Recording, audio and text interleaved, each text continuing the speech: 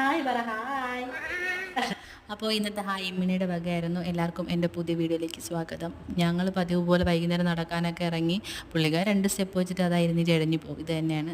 1 വയസ്സ് കഴിഞ്ഞിട്ട് 3 മാസമാവാൻ പോവുകയാണ്. ഇതുവരെ നടന്നു തുടങ്ങിയില്ല. ഞാനിങ്ങനെ വെയിറ്റ് ചെയ്തിരിക്കുകയാണ്, എപ്പോഴാണ് നടക്കുക എന്നും പറഞ്ഞ്. ഓക്കെ, ഇന്നത്തെ വിശേഷം അതൊന്നുമല്ല. നമ്മൾ രാവിലെ വൃത്തിയാക്കിയ കൊഞ്ചുകറി വെക്കണം. അപ്പോൾ ഇമ്മിണി ഉറങ്ങിയ സമയത്ത് ഞാൻ ആവശ്യത്തിനുള്ള സാധനങ്ങളൊക്കെ അരിഞ്ഞു വെച്ചായിരുന്നു. അപ്പോൾ ഞാൻ ഞാൻ രാത്രിയിലാണ് കൂടുതലും കറികൾ വയ്ക്കാറ്. കാരണം ഞാൻ ഒറ്റയ്ക്ക് പിറ്റേന്ന് ഇവളെ വച്ച് ബാക്കി ഫുഡും കറികളും എല്ലാം ബാക്കി ജോലിയെല്ലാം നടക്കത്തില്ല. അതുകൊണ്ട് കറികളൊക്കെ ഞാൻ രാത്രി വയ്ക്കും. കൊഞ്ച് കറി ഞാൻ സാധാരണ എല്ലാവരും വയ്ക്കുന്നിടയ്ക്ക് തന്നെ വയ്ക്കാറ്. സവാളയും തക്കാളിയും പച്ചമുളകും വെളുത്തുള്ളിയൊക്കെ വഴറ്റി പൊടികളൊക്കെ ഇട്ടിട്ട് വെള്ളമൊഴിക്കും. അത് തിളയ്ക്കുമ്പോൾ കൊഞ്ചിടും. പിന്നെ ലാസ്റ്റ് തേങ്ങ അരച്ച് വയ്ക്കും. പിന്നെ ഇത്രയേ ഉള്ളൂ.